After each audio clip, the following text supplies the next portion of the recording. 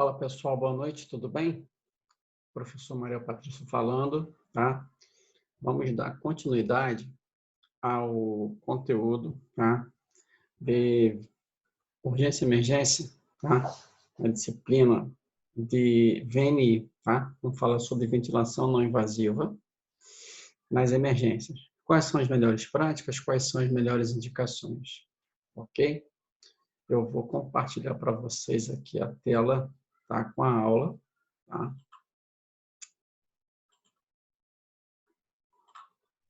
Bom, muito bem, né? Ventilação não invasiva baseada em evidências. O que é ventilação não invasiva? Tanto se fala, né? Que o fisioterapeuta ele precisa fazer e trabalhar.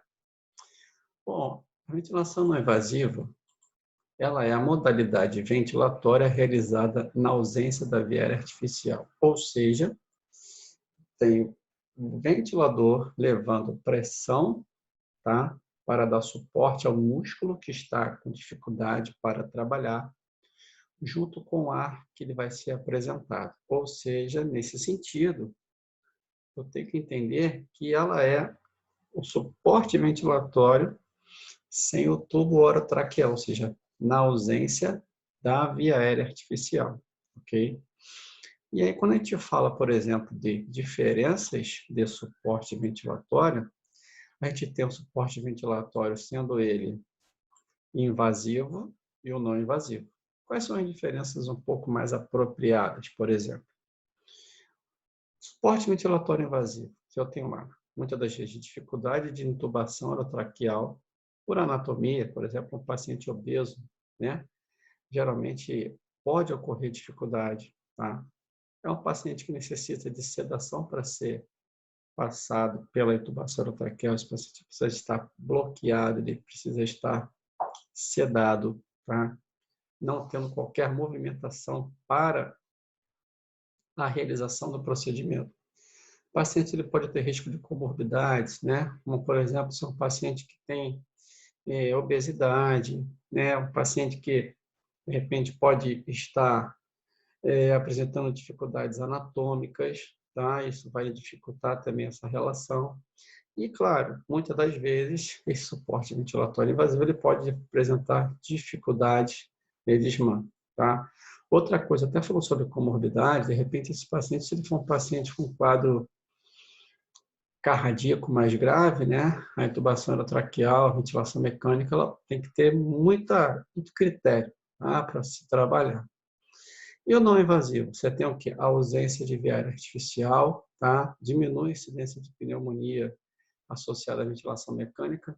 Tá? Então, esse paciente que ele está em não invasiva, muitas das vezes ele pode não cursar com a pneumonia associada à ventilação mecânica, tá? PAVN, essa sigla aqui.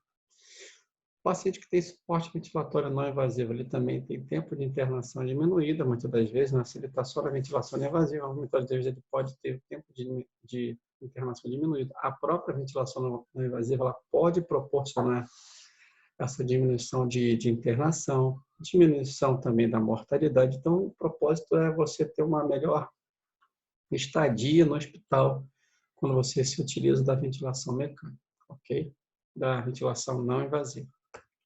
Bom, quais são as indicações quando eu falo de clínica, né? Indicações clínicas desse paciente. Eu tenho lá a insuficiência respiratória do tipo 2 ou a hipercapnia, tá? Esse é um paciente que vai se beneficiar muito, como, por exemplo, o paciente que tem BPOC, ele tem insuficiência respiratória do tipo 2, tá? Então ele vai se beneficiar muito aqui, o próprio paciente de POC, né? Eu vou ter o paciente de edema agudo de pulmão, né? Uma doença cardiogênica também ali associada ao benefício que vai ser apresentado, tá? Eu tenho o paciente com doença, né, insuficiência cardíaca descompensada, ele também vai se beneficiar bastante, tá bom? Os pacientes que possuem atelectasias ou colapso alveolar também irão se beneficiar, doenças neuromusculares e a síndrome da apneia obstrutiva do sono, ou a apneia do sono, né, noturna, esse paciente também se beneficia, ok? Bom, Contraindicações. Aí eu falo de contraindicações absolutas, né? O que eu tenho de contraindicação absoluta? O que é absoluto? Que não realmente não tem como você fazer, tá? Então, eu tenho lá fadiga muscular respiratória, muitas das vezes o músculo já está cansado, né? Um consumo metabólico muito aumentado, então é importante que você possa pensar que esse cara ele não vai responder de forma adequada. Pneumotórax não drenado, toalete bronco, lembrando que pneumotórax é quando você faz o quê? Né? A entrada de ar, né? Por algum tipo de perfuração no pulmão, né? Você vai ter uma entrada de ar entre as pleuras do pulmão. Toalete bronco ineficaz, quando esse cara, ele, por exemplo, ele não expectora bem, ele não tosse bem, então aquilo ali é importante se pensar que pode se acumular e sugerir algum sufocamento, por exemplo, né? Ele pode broncoaspirar a secreção sem ter capacidade de tosse, tá? Contra a FNI. Traumacirurgia de face, hemoptise, né? Aquele sangramento abundante na secreção. Obstrução de vias aéreas, rebaixamento de nível de consciência também extremamente contraindicada a realização da ventilação não invasiva, ok? Contraindicações relativas, a gente fala aí de contraindicação relativa, é aquela história do paciente que pode fazer ou não pode fazer, qual o melhor procedimento a ser realizado. Então, a ventilação também ela tem contraindicações não invasivas, como, por exemplo, paciente que tenha síndrome do pânico, ou paciente que não sejam cooperativos, ele realmente, muitas vezes você tem que bater um papo com o paciente para ver se ele vai fazer ou não, enfim, né, ali naquele momento que ele, de repente, pode, muitas das vezes, não ter, né, qualquer tipo de interação com a interface ou a máscara, tá? Pós-operatório imediato de trato digestivo alto, é extremamente relativa, má adaptação, você tem que mudar uma máscara, colocar uma outra máscara diferente, tá? Tubos nasogástricos, obesidade mórbida também por conta da restrição ventilatória que esse paciente faz, ok? Critérios clínicos de sucesso. Como é que eu sei que esse paciente ele melhorou? Como é que eu sei que esse paciente, a ventilação invasiva, ela apresentou resultados satisfatórios? Então, vamos lá. Quando esse paciente melhora, né, o quadro hemodinâmico dele em relação à pressão arterial, frequência cardíaca, né, saturação arterial de oxigênio, tá? Quando o paciente ele apresenta estabilidade respiratória ou estabilidade ventilatória, né, melhora daquela utilização de musculatura, melhora do quadro de frequência respiratória, tá?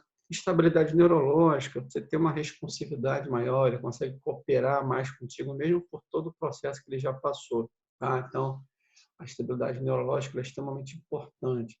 E a estabilidade clínica de uma forma geral. Então, eu tenho critérios de sucesso quanto à utilização da ventilação não invasiva apresentados.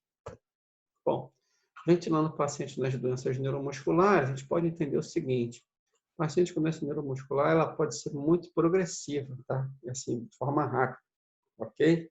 E em algum momento de sua evolução, os pacientes elas poderão experimentar a redução da capacidade respiratória, tá? A diminuição da PI max, né, colhida pela manovacometria, a pressão expiratória máxima também, a capacidade de tosse pode diminuir, levando ao aparecimento de desconforto, até mesmo por óbito por falência, né, de bomba, falência de músculo, devido ao quadro avançado da doença, tá? A ventilação não invasiva no doente cardíaco, extremamente geradora de benefícios, né? Então, a VNI no doente cardíaco, no doente cardiovascular, ela pode também, né, ter alguns aspectos importantes, né, ou aspectos que você precisa de monitorizar, tá, esse paciente. Diminuição de retorno venoso, porque é uma das implicações para a pressão positiva expiratória final, né, que é a aplicação de PIP, é a diminuição de retorno venoso por conta também de aumento de pressão intratorácica, ok? E redução da pressão arterial. Então, o retorno venoso ele diminui por conta da questão da pressão positiva que vai estar entrando, tá? Você vai diminuir trabalho, né, de pré-carga de VD, de pós-carga de VE, ou seja, aquela força muscular que o ventrículo esquerdo ele faz antes de exercer a sua contração. Então, ele vai diminuir essa pós-carga também, redistribuindo o líquido daquele lugar, daquele órgão, né, do coração, se ele tiver, por exemplo, congesto. Tá? Diminuição de trabalho respiratório, melhora do consumo de O2, melhora de troca gasosa. Ele é muito útil na insuficiência cardíaca congestiva e no edema agudo de pulmão, ok? Cardiogênico. Nas doenças neuromusculares, como é que ele vai beneficiar, né? Como é que ele vai se apresentar?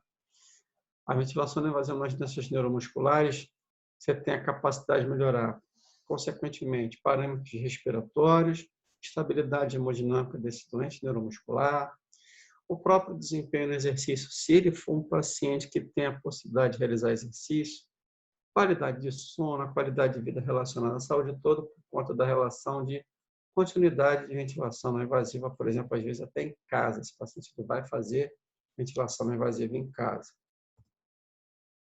Bom, o que é indicação absoluta? Tipo assim, professor, eu posso indicar ventilação não invasiva de uma forma absoluta em quem?